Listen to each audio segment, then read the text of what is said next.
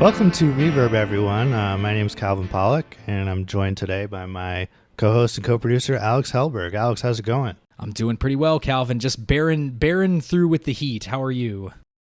Geez, this heat wave is crazy. And I'll tell you what, things are certainly heating up on the political scene here with the topic of today's episode.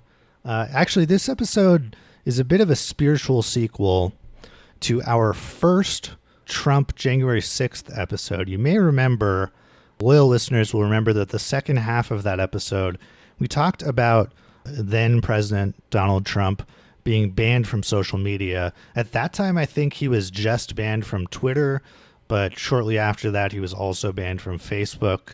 Alex, do you know if there are any other social media platforms that he was banned from that week? Was he banned from Grubhub? I think he was banned from DoorDash, Friendster, MySpace. His MySpace. He was producing a lot of like scene tracks at the time that are unfortunately canceled. Just had a very open and successful presidential election. Now professional protesters decided by the media are protesting. Very unfair. We're never going to get to hear Donald Trump screamo tracks ever again, which, to be frank, is just it's a huge travesty. I feel like it's a big loss for the music community and for the discourse. For the discourse more generally. So, but yeah, yes, you got to hear both sides. Yeah, that's exactly right. You have to hear both sides of the frequency spectrum when he goes up on hits those high notes on those screamo tracks. But despite that, being deprived of his voice on various other platforms, yeah, I mean, he was banned from Letterboxd. I think he had some reviews that were he was using film reviews to organize insurrections. That's right. Yeah, he was posting reviews that were dangerous to our democracy. Absolutely. So that episode, we got into some of the implications of why these tech platforms might have banned him, how we sort of theorize it politically. And in recent weeks, this issue has come back up in the particular context of Trump's own social media platform, which is called Truth Social. Truth Social. And Alex, let me ask you this. When did you first hear about Truth Social? Do you remember? Yeah, so I mean, I remember there being this ambient kind of narrative going around that, Trump was Trump as an independent media mogul kind of came out of, all this speculation that he was using his 2016 presidential campaign as a precursor to launching his own television network, right? Yes. Because to counter the liberal media, the biased liberal media, which is, of course, the oldest hobby horse in the, conservative right-wing discursive tropes to discuss the media. But I remember hearing about the alternative to Twitter discussion starting up probably around like the middle-ish of his presidency, around 2018, 2019, moving towards the latter half, when there was all this discussion about like shadow banning, right? This is when the QAnon movement really started to take hold. People were, starting to say my posts are getting shadow banned, with this term for I feel like my content's not doing as good as it used to, right? Like I'm not getting that sweet engagement that, totally coincidentally is happening at the same time that all these platforms are sweeping bots off of their networks. I'm getting shadow banned is the real thing that's happening here. But Truth Social in particular, I kind of didn't really even notice it when it first launched. I kind of just figured like this is a flash in the pan thing. Like nobody's really the extent to which this is going to be taken up is going to be so minor. Like why even pay attention to something like this? But I imagine that now it's, Trump's tweeting again. We have like the greatest one to ever do it, as some might say, is now back in the 240 character microblogging game. So right. So I was kind of like you in that I did not really even know that it launched. Like I sort of vaguely might have seen a tweet about it in like early 2022 when it launched, because my understanding is that it went into beta in like December 21. Right. And then they opened it up to the public like sometime around January or February. And for a while, it was just a phone app. And then they made it available as a, like, you know, you can tab into it on your browser in May of this year. So it is pretty new. Right. And am I thought I saw some article out there. Can you get it on Android phones, or is it only for Apple right I think now? it might still only be for iPhone. There's only an iPhone app. You can get to it on an Android phone through via your the web browser. But I assume, yeah. I don't know, man. I feel like this is already we're in fraught territory. If Android users are being, you know, deplatformed from this platform, this is really unfair right out of the gate. Very unfair. It is, absolutely. Particularly given, you know, how liberal the average iPhone user is. That's right. Yeah. Does Apple still have the taint of like being like the liberal working at Starbucks on their Apple laptop? Yeah. What was that actor? Justin Long. Justin Long. Yeah. In the old I'm a PC. I'm a Mac. Hello, I'm a Mac. And I'm a PC. Commercials. With the great curmudgeon John Hodgman playing John the PC. Hodgman. That actually those commercials made me want to buy a PC. I think they had the opposite. The intent was like, I'm actually more like that guy. I want to buy a PC now. But anyway. Well, anyway, so digress. so the app basically has only been around for a few months.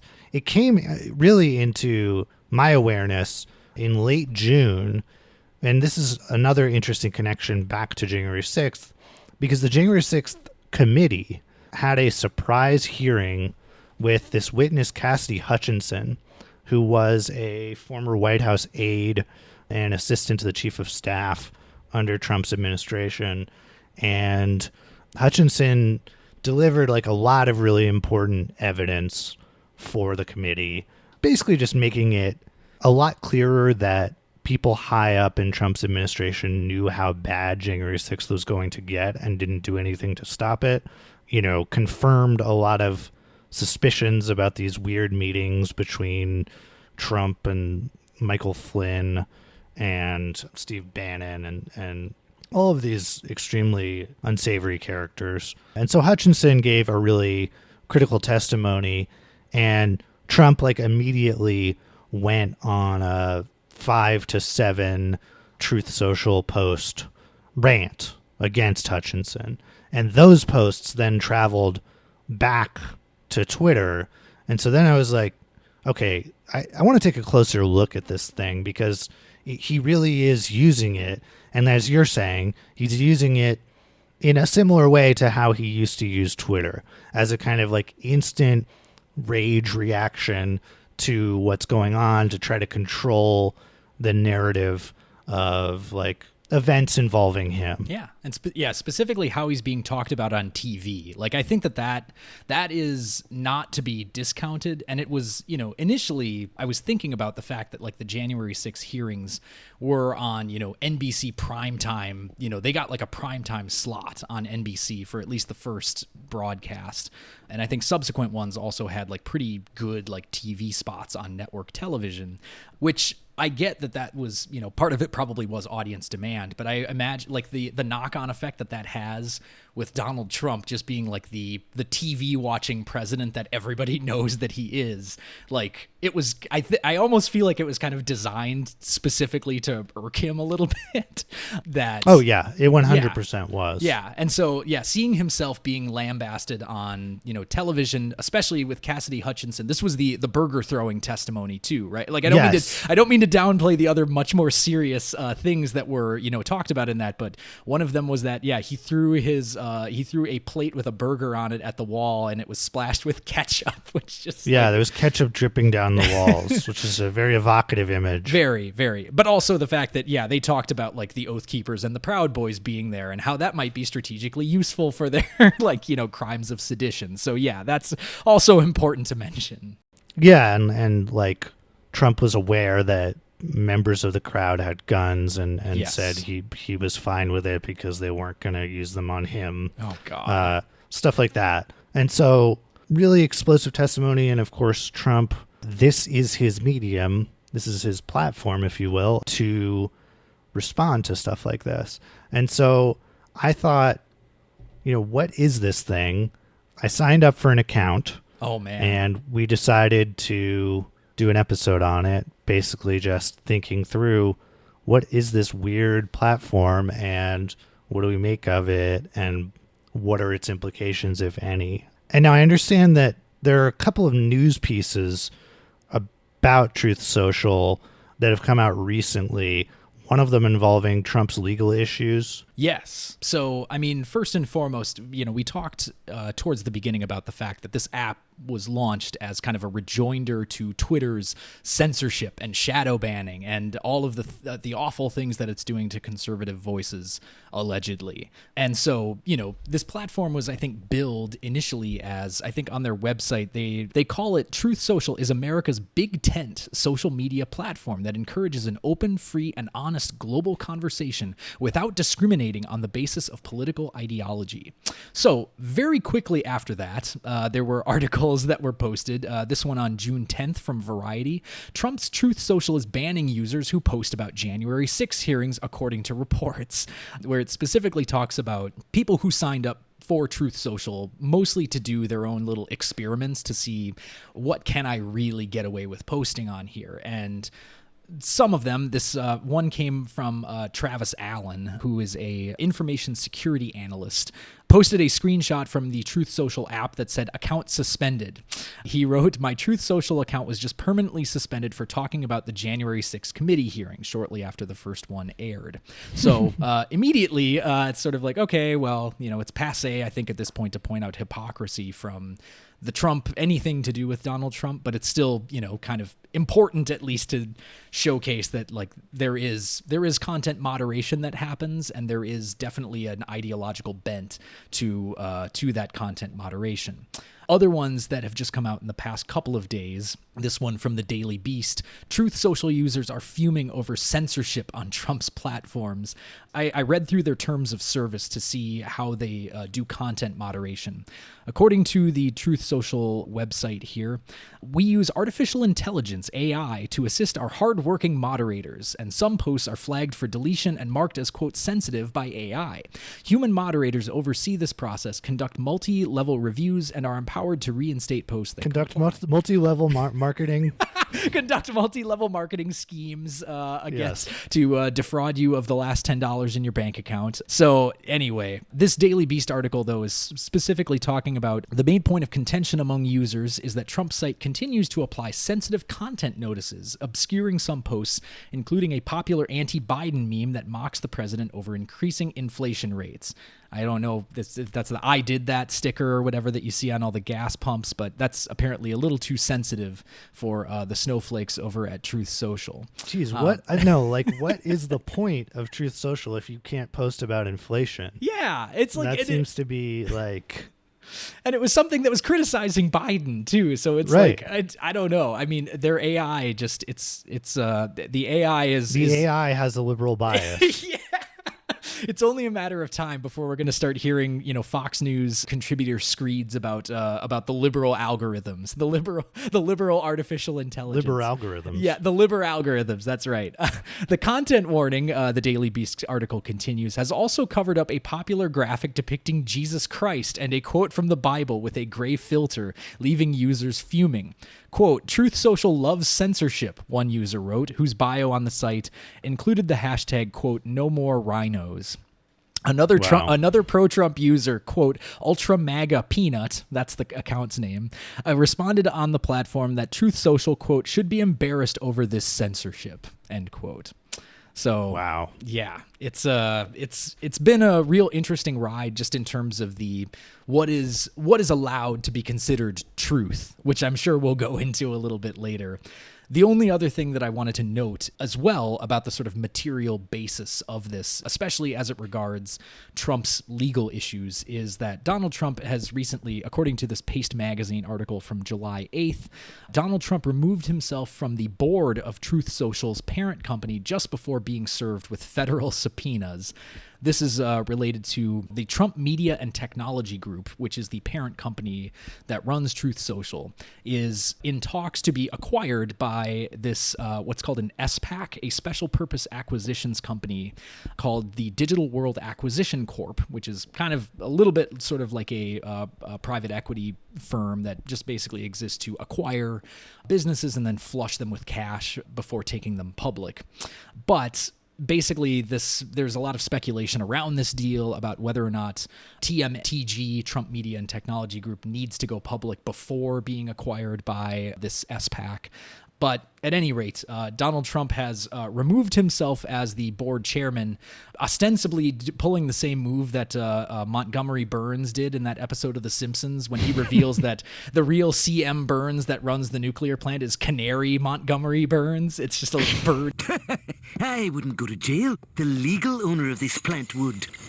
Canary M. Burns. This entire plant is in his name. Sir, can you do that? Oh, yes. Tycoons have been doing it for years. Why, Standard Oil was once owned by a half-eaten breakfast. So Dog J. Trump is the actual chairperson of the board of Yeah, Truth he's Social. not in charge of this. He's not running any of this. No, not at all. And he can't be held responsible. That's right. Yeah, it's Canary M. Trump. Yeah.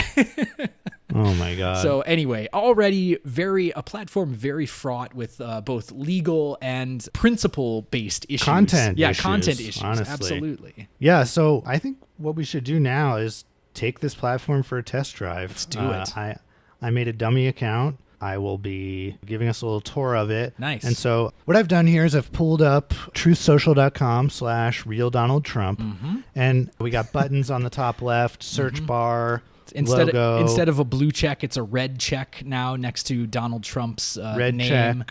But otherwise, like, it looks almost identical to Twitter. It's like a pretty clear ripoff of the precise interface of Twitter. For those on of a you given who are post, we can click these three dots and do more things with a post. right. And like I said, we can search. So yeah, the immediate difference that I notice, oh my God, sorry, I'm just for those of you who are listening to this in podcast form, like we if only you could see all the tweets that are up there right now. These are fascinating. So And we will be releasing a clip of the video of us test driving Truth Social here, absolutely. but we'll also do our best to narrate what's happening. Yes, absolutely. So the biggest thing that I noticed immediately was that if you scroll up to the top of @RealDonaldTrump's Truth Social page, instead of usually on the Twitter interface, you have, tweets and replies, media, and then likes for the different tabs that you can scroll through. So this is a little different. Instead of tweets, it appears that these posts are called truths. Is that a common parlance across the platform? Yes, Alex. Posts on Truth Social are termed truths. So, as you pointed out here, at the top of Trump's account, we can click truths. We can click into truths and replies. I don't believe that he's replied to anyone else's truths. Doesn't look like it. But if he had, we could see those there, and then we can see media, which is like images that he's posted. Mostly a lot of GIFs. Yeah, it looks like a lot of it videos is from Fox News shows. Got it. Yeah, a lot of them are press releases Right. that he is putting out from his, I guess, he's still listing himself as President Donald J. Trump. It's fascinating. Which, is not uncommon for former presidents to do. But for somebody who claims that the previous election was stolen and that he is truly Yes. the rightful heir, the Juan Guaido of the United States, you might say, he is the occluded president. Now, I'll point out as well that when you open one of the media items, like an image, there is a little link under the image that says view context. Ooh, interesting. If we click that, You can actually it takes us to the post. to the truth. Well, interestingly, they use the word post, so there is some inconsistent nomenclature going on here. And if we look at the options available for a given post, when you've maximized it, you can retruth it. So you can reply to it, you can retruth it, Retruth it. or you can like it. And then when you expand further options, you can mention the user, mute them, block them, or Report them. or report them. Oh, interesting. Yeah, this is really fascinating. Oh yeah, so we're still in media, Yeah, so we're we can still go in the back media. to Trump's truths. Go back to Trump's truths. Okay, big rally in Arizona Friday evening. See you there. Yeah, this is pretty much of a piece with the way that he used to tweet. Yeah, it's a lot of responses to. Sorry, I just caught a truth up there where he called the House Select Committee. He called it the Unselect Committee of Political Hacks and Thugs. Yeah, that's what he calls the January 6th committee. Oh my God! Sorry, I have to read this one. This is so good. I want the Secret Service tapes far more than the Unselect Committee of Political Hacks and Thugs. Just for context here, there's been recent reporting from Ken Klippenstein at The Intercept that the Secret Service deleted text messages and potentially other information relating to the January 6th riot. In that ridiculous and libelous story of me supposedly choking a big and strong Secret Service agent around the neck while in the beast, wrong car, would be shown to be, as the Secret Service has already confirmed, fake and fraudulent, in parentheses. Likewise, there was no throwing of food, and I did not want to be surrounded by strangers, quote, with guns during my, quote, peacefully and patriotically, end quote, speech. Fake news. So, Right. oh, man. I feel bad saying I miss it so much, but like this, oh, man. Nobody. This is the content that he did best. Who else Now, tweets like this? Oh, man. worth pointing out that he's still stuck on the Cassidy Hutchinson testimony. He I mean, is. this is everything he just referenced there is from that testimony. And so Yes.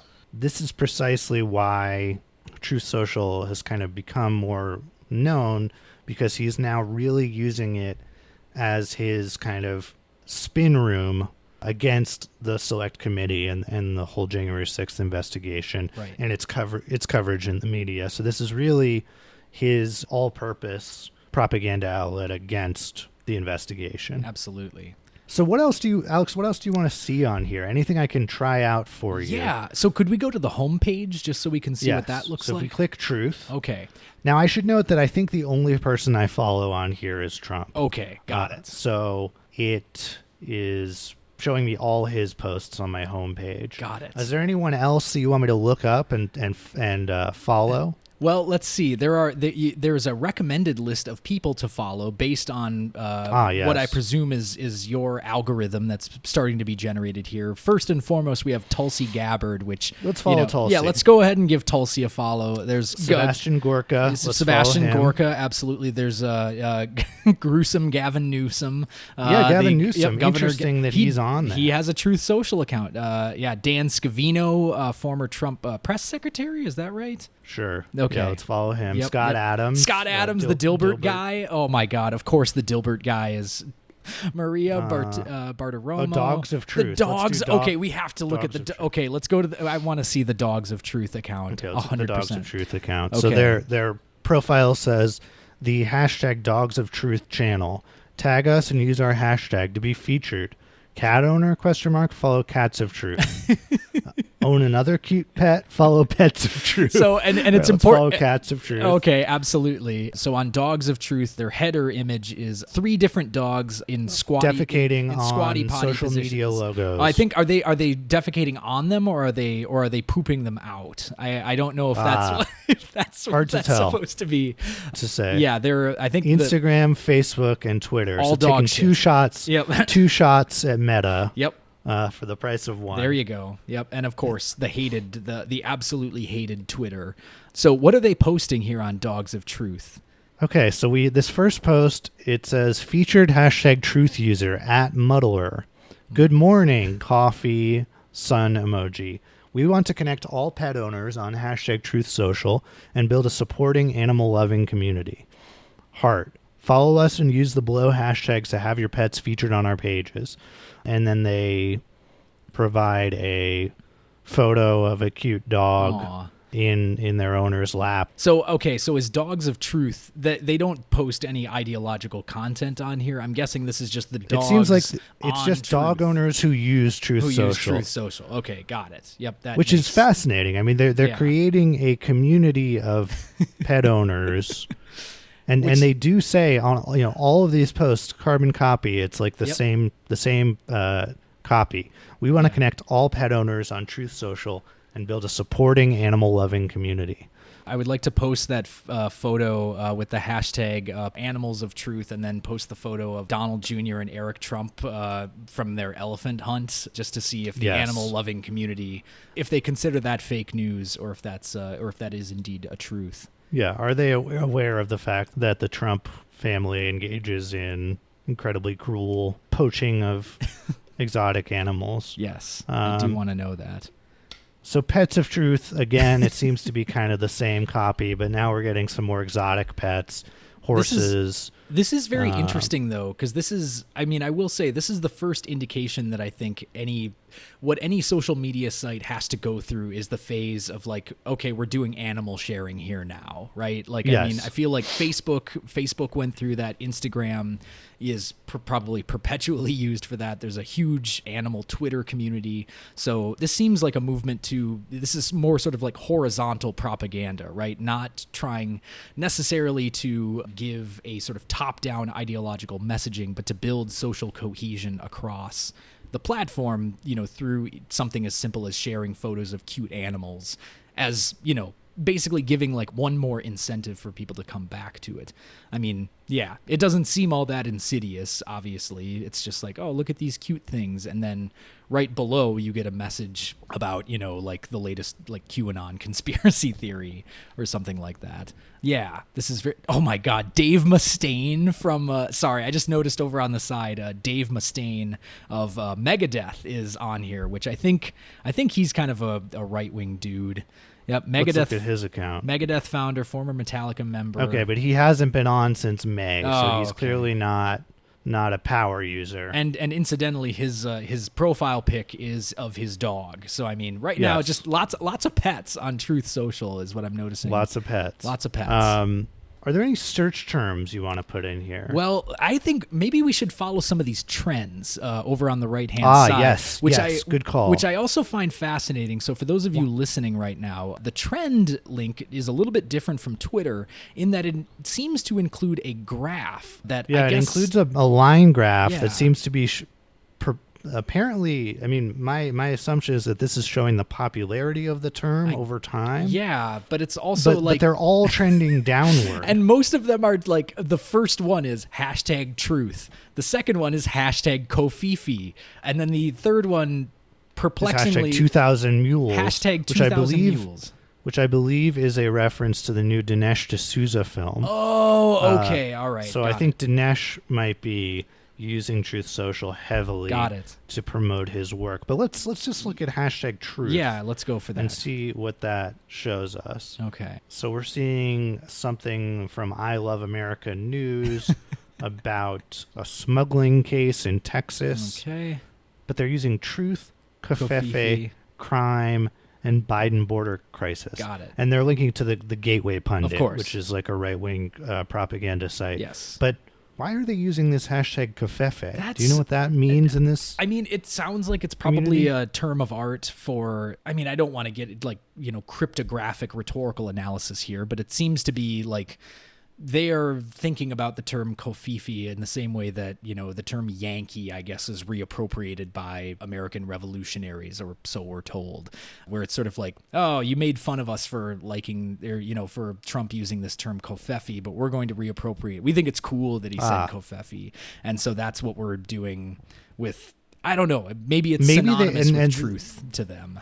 There's also a possibility that they think it was some kind of coded message to the Patriots. That's very possible. So like a QAnon type reading that when Trump garbled out Kofifi in that famous tweet, that was actually a message to them that he's really with them. Yep. Here we have a really interesting tweet about the sculpture that replaced General Lee in New Orleans, referring to General Robert E. Lee. This is a photo of a snake winding around a pole with a circle on top of it. Oh, wait, nope, sorry. That looks to be is that a human figure with a bare bottom right there? Is that what that is? I guess so. They- I can't even really tell. This post is calling it, if you scroll up just a little bit, check this out. The Satanist replaced General Lee's statue in New Orleans with their satanic statue, and people are dumb enough to go admire it. This is who these people are, demonic and evil, from the real Susie Q, with the hashtag. And this one is, hashtag truth, hashtag devil freaks. Great. That's healthy. Which sounds pretty sweet. Absolutely. Yeah, so I mean, truth just seems to be like a term that's tagged just about everywhere on posts here, which is why it might be the top trending. Like, it's people just like to put hashtag truth in their content. Mm-hmm. Let's look at 2000 Mules real quick. Now, 2000 Mules, I was expecting this to all be like sponsored content for the D'Souza movie, but I'm wondering if it's like a broader claim about sort of Great Replacement. Maybe. Because it's like mules are bringing people over the border to take over our democracy, and so they're using it in any kind of post that is conspiracy oriented. It's possible. I think I want to suggest possibly a more banal but no less kind of funny and interesting read, which is that in the same way that, Twitter trending topics are a little bit more immune to this because they have a broader user base. But occasionally on Twitter, you'll see, like, if you do a hashtag, if you search one of the top trending hashtags at any one time, you're just going to get something that is like totally random and off the wall, that it was probably some kind of botnet that saw this topic or this hashtag was trending. So it decided to post something that's like a link to advertising content or whatever, and it threw the hashtag on there because it's trending, just to get the post to rise in search ranks. I'm guessing it seems like because a lot of this content is so diverse and seemingly unrelated to one another, I think that basically what we're getting here, because there is such a small user base, relatively speaking, on Truth Social, the search content or the trending topics have basically already been hacked by, whether it's auto posting botnets or it's, real users who are just like, oh, this is a trending hashtag, I'm just going to use it so that it comes up in search results more easily. That to me seems to be what they're kind of using it for, which kind of like seems to defeat the purpose of trending hashtags. I don't know. Do you think that that's a fair read? I think that's plausible. Yeah, I think everyone but it's very hard to tell which of these posts are authentic and which are bots. Yeah. Well, even if they aren't bots, it's the kind of thing where, like, you just have to use the trending hashtags in order for your post to get seen. So 2000 Mules appears often usually within like this post right here, like a dozen other hashtags. Trump, hashtag Trump rally, hashtag Trump won, hashtag Trump trains, hashtag Kofifi, hashtag MAGA, Truth Social. Patriot Games. Yeah. Hashtag when we go one, we go all. Yeah, right. Stuff like that. So yeah, it seems to all kind of be of a piece. Like I said, this just reminds me of so many sort of like weird knockoff social media websites that never garner a big enough user base to actually have things like trending topics function in the way that you figure they're supposed to, where you see content related to the trending topics when you search them instead of just spam. Right. Now, there are some other buttons here under the people to follow on the homepage. Okay. Blocks, mutes, help center, legal, log out. Let's see. Oh, you haven't blocked anybody yet. So I haven't blocked anyone yet. Let's say let's block Dave Mustaine. Oh, man. He's going to be so pissed. Let's block and report him. Blocking is my business. Sorry, we can cut that part out. Let's say fake account. For all you Megadeth accounts out there. Not the real Dave Mustaine. Yes, block, submit. Okay, so maybe we'll get a response on that during the recording, and I'll update us. Who knows? Well, we didn't report it. We could go and report. Can we go report Donald Trump? Can we be epic legends and report the former president? Let's report Trump Jr. Okay, he's a lot easier to report. What category do you think should put? Oh my gosh. This is fascinating. Let's do sensitive content. Animals harmed. Bad news. Yep. There we go. Nice. Animals harmed, bad news. Let's block him. Absolutely. There we go. And we'll submit that. We'll see if we get anything on that. Great. Ladies and gentlemen, we got him. I would hope that their content team is working around the clock. Well, now let's try a mute as well. Okay. This day. Because I really want to see what this looks like on the. So we're muting at history. Typical liberal, just muting history, ignoring our heritage. So if you go to muted users, and it seems that you can't mute like terms the way you can on Twitter. Oh, that's a bummer. Which is a bummer. Yeah. But that's part of this is why this is more of a public square. You can't shut your ears to to words and things that you don't want to hear. Right. So blocks and mutes, it's a very basic interface. We just get the list and then we can unblock or unmute if we want to. Let's check out the help center. Truth Social common terminology, shadow banning. We have to read. Let's see what they have to say about shadow banning. So shadow banning is a deceptive and manipulative practice whereby a social media platform artificially limits the visibility of a user's posts without the user's awareness.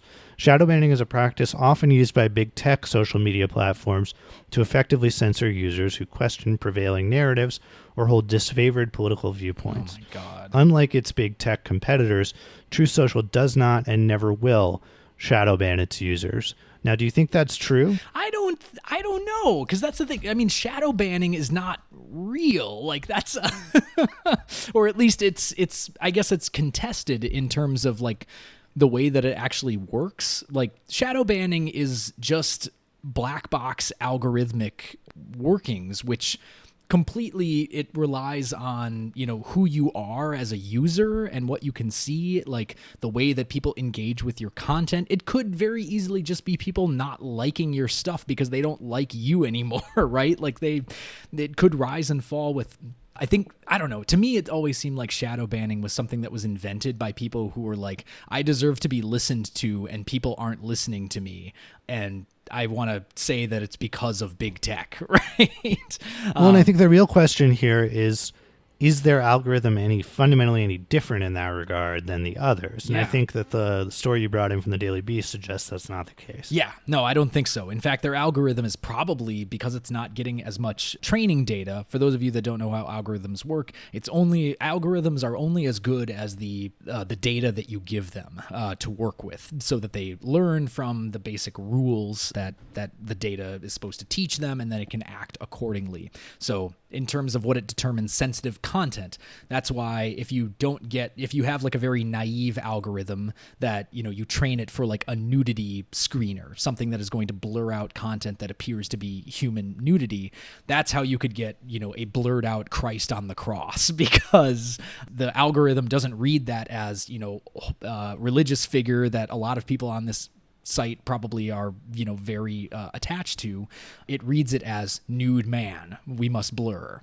So yeah, I mean, I don't know, it sounds like a naive algorithm or a naive AI that they're using just from these basic reports, but it's hard to say without actually having access to their tech. Right. So a very kind of cagey definition of shadow banning there that seems to evade their own algorithms' problems with selecting and filtering content. Right. So if we look at truth, we got to look at this. Truth glossary definition. A truth is a post that you share to those following you. A truth can be a comment, image, or video and can contain links to other content. Using truths on Truth Social, you can share your thoughts, photos, videos, memes, links, and more. You'll quickly get the hang of it. Okay, so that's what a truth is. What about retruth? A retruth is a repost of a truth. Users can retruth their own posts as well as others. When a user retruths a truth, the retruthed post is shared with the user's followers and will be marked in the feed as a retruth. This one feels like newspeak to me. Like the term. We'll get into that. Yeah, we'll get into that. Suggested accounts or accounts we recommend that we think appeal to you. That's an interestingly dodgy way of describing how their algorithm is suggesting accounts that we think appeal to you.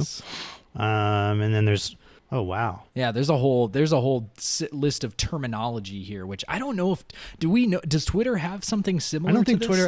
Twitter I'm sure has help pages, but they're not quite as accessible as these were, which is interesting. I mean, I think it might tell you something about that Truth Social is to some extent marketing to people who are like, I don't get on that Facebook, Twitter thing. It's too technical for my bones. Yeah. So they're kind of pandering a little bit to people who are skeptical or nervous or unsure about social media. Yeah. No, that feels completely right. Like they're bringing the chain email people straight to Truth Social. Yes. Yeah, exactly. Which I think makes sense. But I think we get the gist here of the Yes. platform from this look. So why don't we take a step back now and talk about what we make of this. So I think the first thing that I wanted to ask is, what do we make of the use of this term truth as a countable noun, leaving aside like the entire branding, that truth is just everywhere in the branding, but as a countable noun designating a post on the platform, what kind of work does that do in shaping what this platform is supposed to be, or in responding to the other sites that it is not?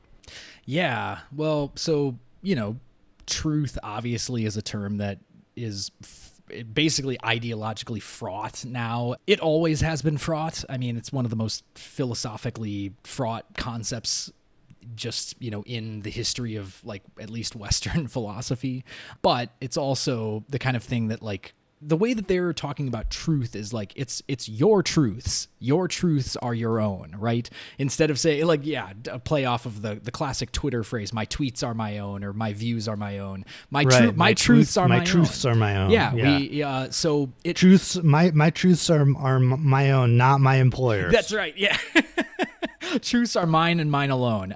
But like, it's a way, I mean, it's kind of a play off of the common phrase, to speak your truth, but it also, weirdly enough, embodies this sort of like relativistic sense, like naively relativistic orientation toward truth, where the truth is what I want it to be. The truth is what kind of appeals to my...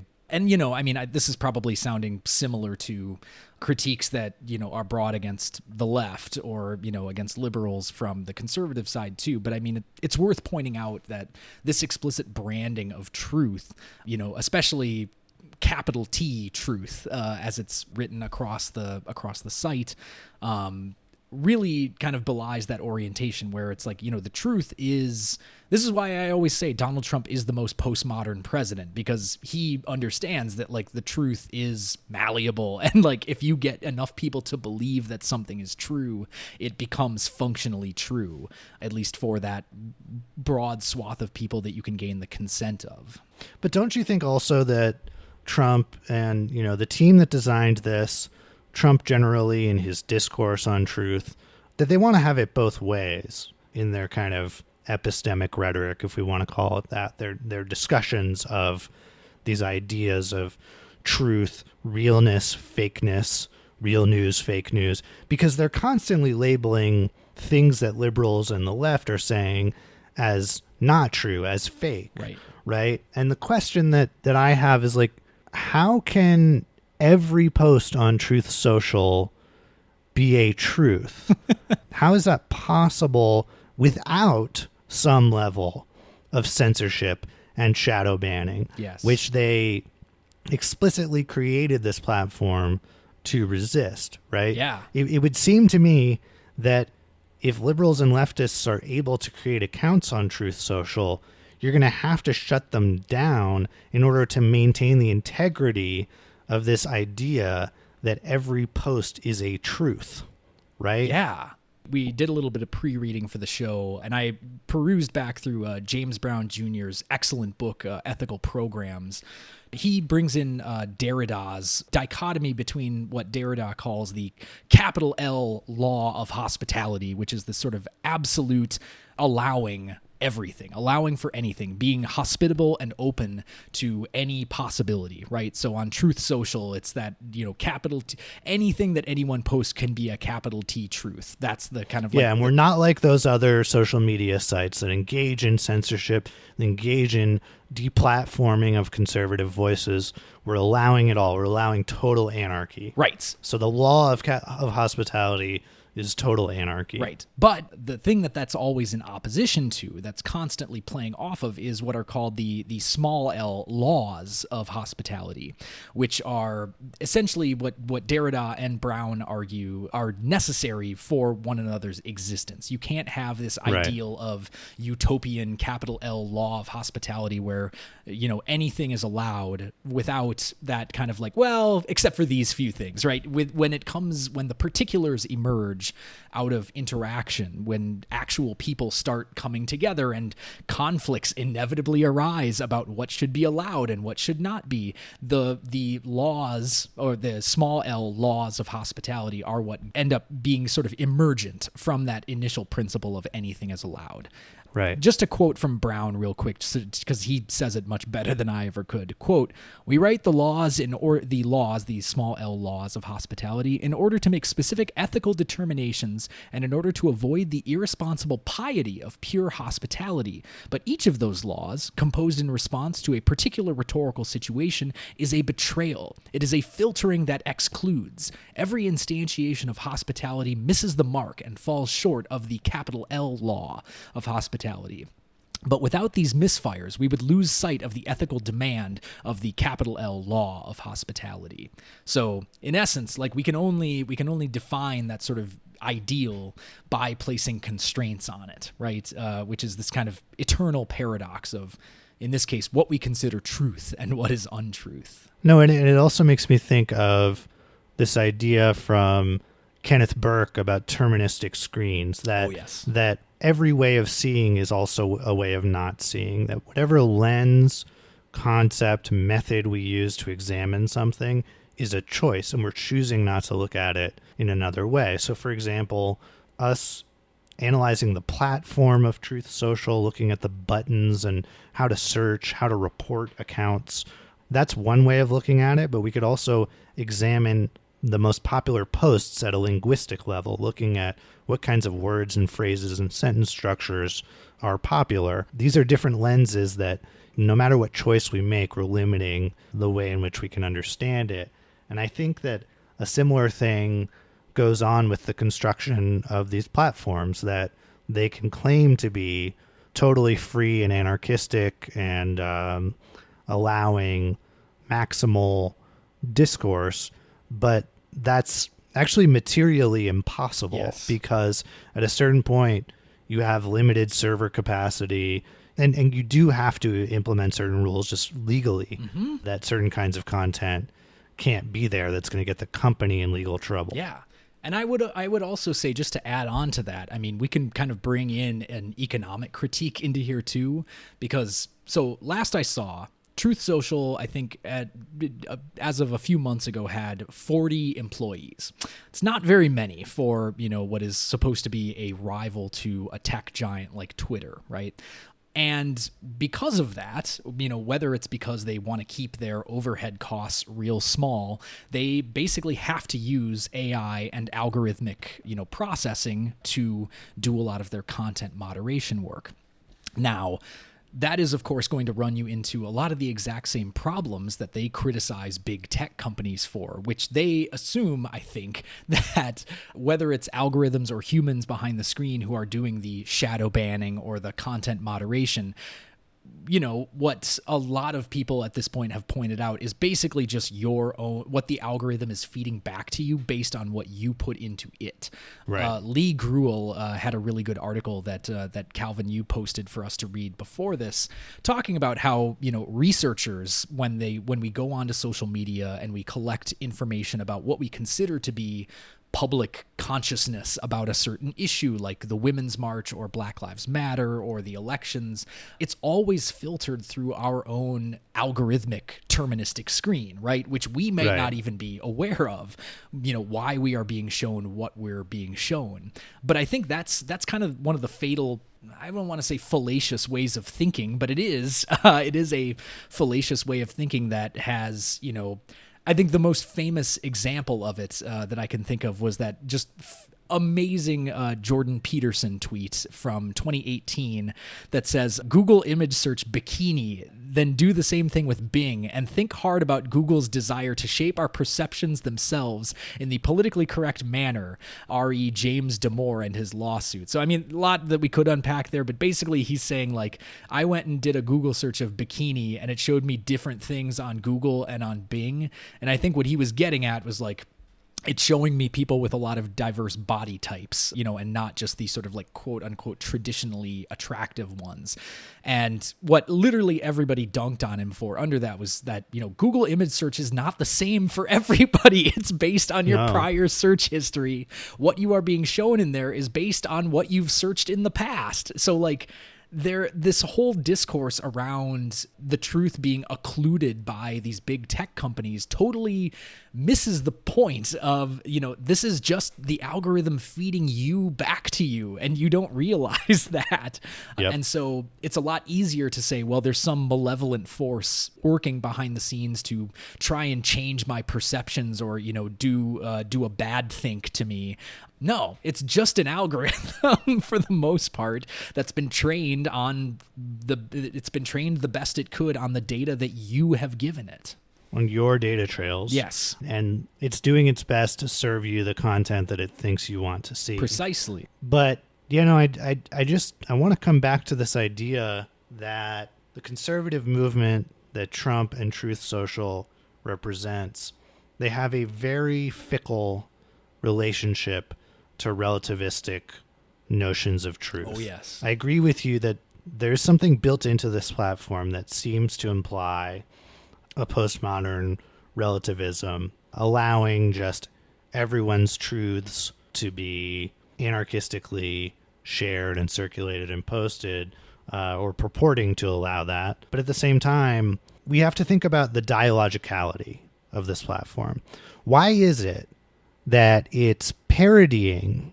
I mean, I think it's impossible to look at the platform and not say, this is flat out basically a parody of the two biggest platforms that banned Trump, Twitter and Facebook. It looks almost kind of like a remix mashup of Twitter and Facebook. It's like Twitter with the brighter interface of Facebook. That's how it feels to me as a user. Absolutely. And if that's the case, we have to think about the post, you know, this unitary countable noun of the post, the truth, as a parody of the tweet. Yes. As the unitary countable noun of a post on Twitter. Ooh. And so the idea is that tweets are fake news. Tweets are circulating and just spreading liberal propaganda. But here, our posts are truths. They're true. This is reliable information. This is information that you can trust, unlike the propaganda on Twitter. And that really strikes me as a fascinating contradiction. Like, is it relativist, or is this the, in fact, real Platonic ideal of truth?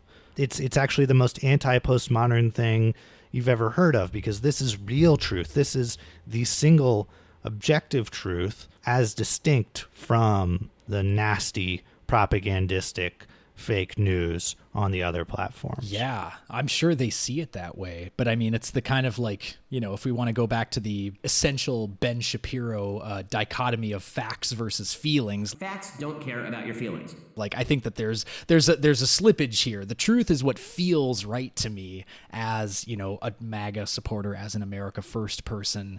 So I know the truth when I see it because it feels right, you know, right? Like it adheres more to my priors. So I have no problem calling that absolute truth, because to me it feels like absolute truth. I don't know. It feels very difficult though to actually get down to explaining to somebody like, the reason that like, truth for you is an affect. It's not like an actual verifiable, you know, the way that scientists or, you know, other people with like rigorous methodologies would talk about how they achieve a useful truth. This is just, it's totally vibes. It's totally just vibes.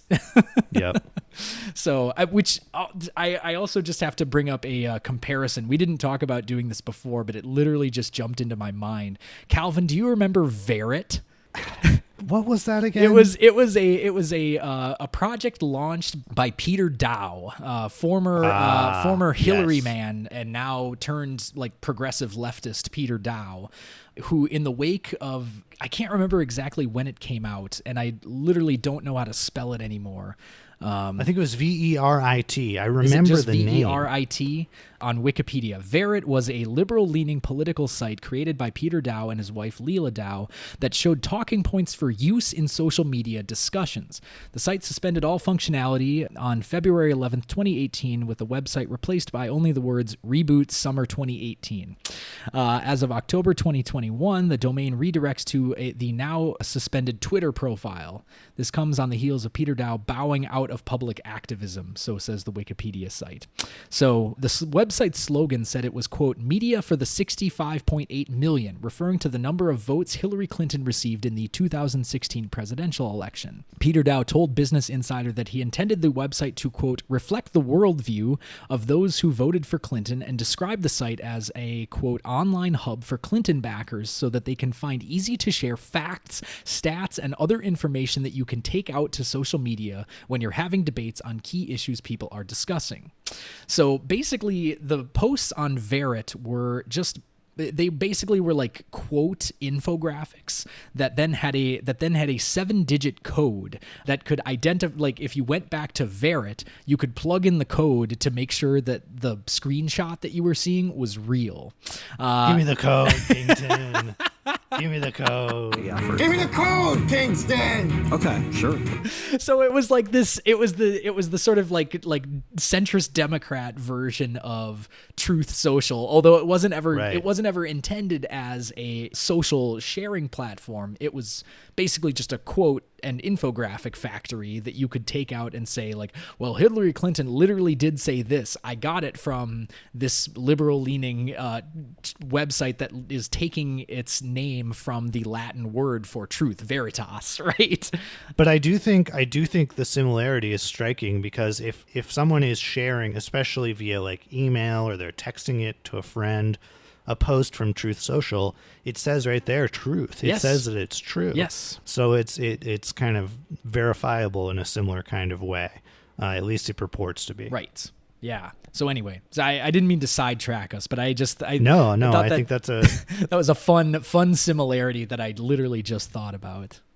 No, and I do think we're getting at something here, which is that like some of the most pedantic and I guess we might even say like ideologically, epistemologically naive liberals have a lot in common with some of the most pedantic, epistemologically and ideologically naive conservatives, in that they hang on really tightly to this idea of their own verifiable, believable, plausible truth. Yes. That is unitary. I mean, I think it's fundamentally a kind of Platonist view of truth, that it's something that's unitary and objective that can be discovered, and that we have to vanquish these other alternative truths coming from the other side, because they're absolutely verboten and dangerous, right? Yeah. So it kind of feeds an authoritarian mindset that leads to more censorship, not less. Right. And that's where, the kind of conservative rhetoric around censorship is so Orwellian.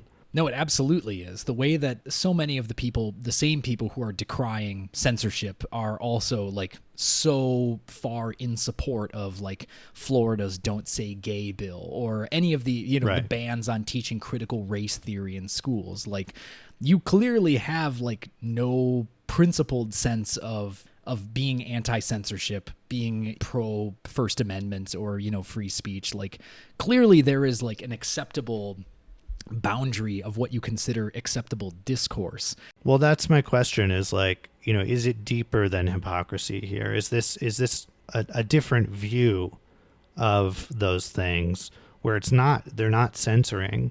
It's more akin to stamping out heresy, or I don't know, I'm trying to think of the right metaphor, but yeah, I think faith and religion metaphors make the most sense here, that it's kind of like there's one doctrine. Yes.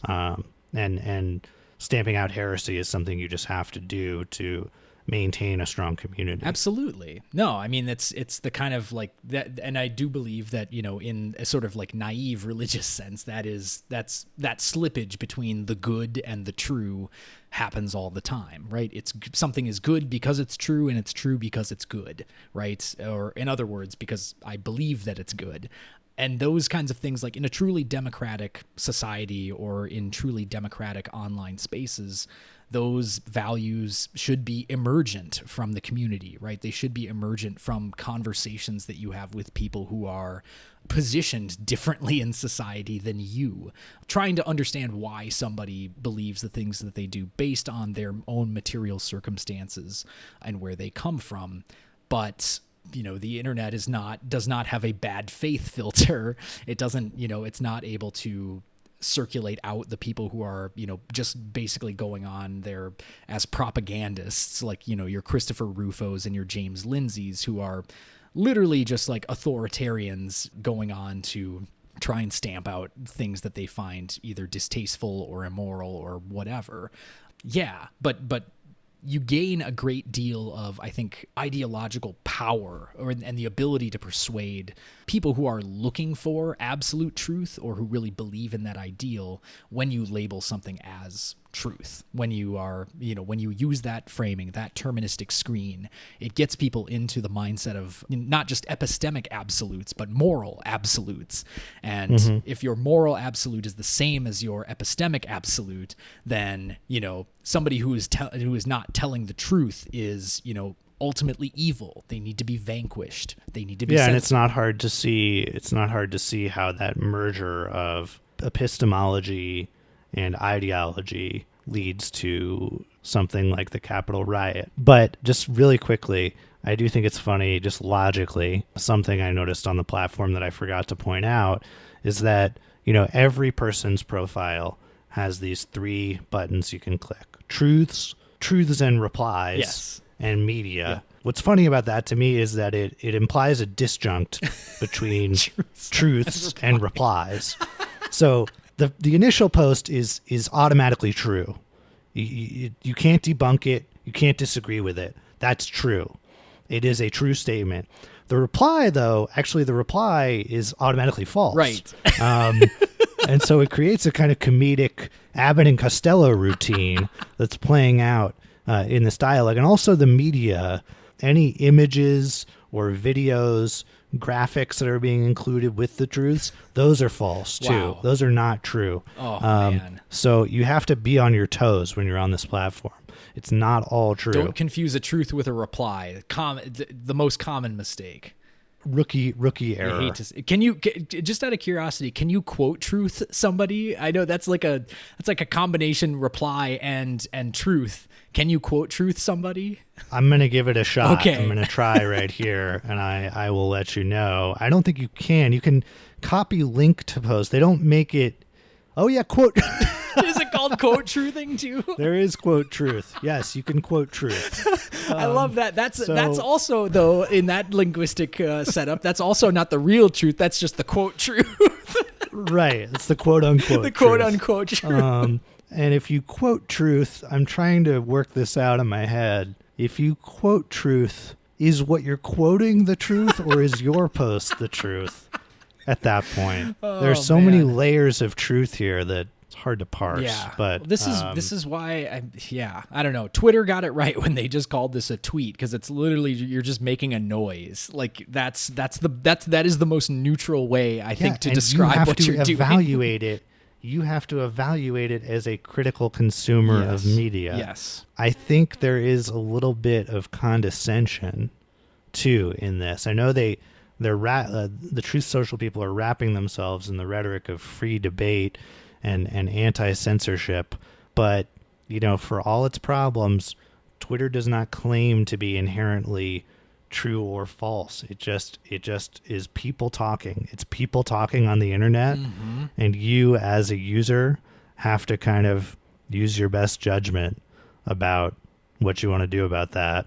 It's a hellish place. I don't recommend Twitter to anyone, but I probably recommend it over Truth Social. Yeah. If nothing else, I think the animal content is a lot stronger on Twitter. Yes.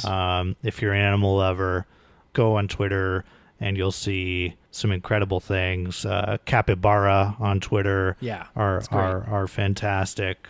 Yep. Follow some of those Japanese animal accounts on Twitter. Those are great. Yeah. No, it's true. Yeah, those are truly the best.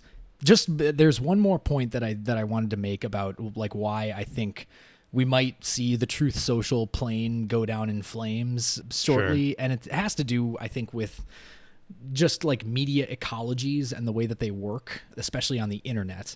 I think one of the reasons that, Donald Trump's Twitter account was so absolutely controversial and so popular as a result. And I think one of the reasons why conservatives relish still, after all this time, being on Twitter is because there is a certain amount of kind of twisted pleasure to be gained in going into someone's own space and griefing them. Now, griefing is, for those of you who aren't familiar with internet culture throughout history, griefing is this process through which you are basically, it's kind of another way to talk about trolling somebody. 4chan users on the sort of like icky parts of the non-dark web were known for, brigading or going into places like Habbo Hotel or other like early social media sites that were populated primarily by children or, role-playing adults, and just making havoc, doing weird voices, playing characters, but basically ruining everybody else's good time. And I think that sort of griefing culture is what made being a conservative on Twitter so much fun. My theory now is, though, how could Truth Social be that much fun? Because if it's only like MAGA doofuses that are on there, you're not actually getting into it and like owning. You can't own the libs because there are no libs. There are no libs to own. Truth. Yeah. If it's only truth, what can you rail against? Yes. Yeah. Exactly. You've lost your opposition. You've lost the alterity, and you no longer have that that fun position to rail from. I don't think it's going to last for that very reason, because there's nobody to. I think you're right. Nobody to grief. There's nobody to grief. There's nobody to own. No, they're claiming ownership over truth. Yes. But as a result, they're forfeiting the ability to own the libs. Oof. You can't have it both ways. You can't. You can't. You can't. No, not at all. No. We will we'll keep track of all this. If I get any responses to my reports, you'll remember that I reported Dave Mustaine from Megadeth and Donald Trump Jr. For various forms of misinformation, truth crimes. Could you also go and report the Babylon Bee for being not funny? Yes, I'll go on and do that right away. Thank you. And if we get any response to those reports, we will update our listeners and our fans on Twitter and on Truth Social. We will be making a Reverb Truth Social account shortly here. Yes. And maybe we'll get some new listeners. Yeah. I mean, Alex, you have gotten off Twitter, but maybe you can spend a little time on Truth Social. Now I kind of want to do some experiments. I think it'll be better for your mental health than Twitter was. Yes, I think so too. Right now I'm just doing the pose of the Bugs Bunny meme where it's like, I'm going back to the old me. Lord forgive me. Lord forgive me. I'm going back to the old me. But thanks for taking this strange trip into the truth with me here. And it was fun. Stay tuned, folks. We will have a bunch more episodes as we get back into the new school year. We've been on a little bit of a summer cool down here, but we'll be ramping things back up soon. Indeed. Can't wait for it. And from all of us here at Reverb, thanks for joining us. Stay committed to the truth. Yes. And we will talk to you soon. Stay truthful, people. Bye-bye. Bye-bye. Our show today was produced by Alex Helberg and Calvin Pollock, with editing work by Alex. Reverb's co-producers at large are Ben Williams, Sophie Wadzak, and Mike Loudenbach. You can subscribe to Reverb and leave us a review on Apple Podcasts, Stitcher, Android, or wherever you listen to podcasts. Check out our website at www.reverbcast.com. You can also like us on Facebook and follow us on Twitter, where our handle is @ReverbCast. That's REVERB_CAST. If you've enjoyed our show and want to help amplify more of our public scholarship work, please consider leaving us a 5-star review on your podcast platform of choice. And tell a friend about us. We sincerely appreciate the support of our listeners. Thanks so much for tuning in.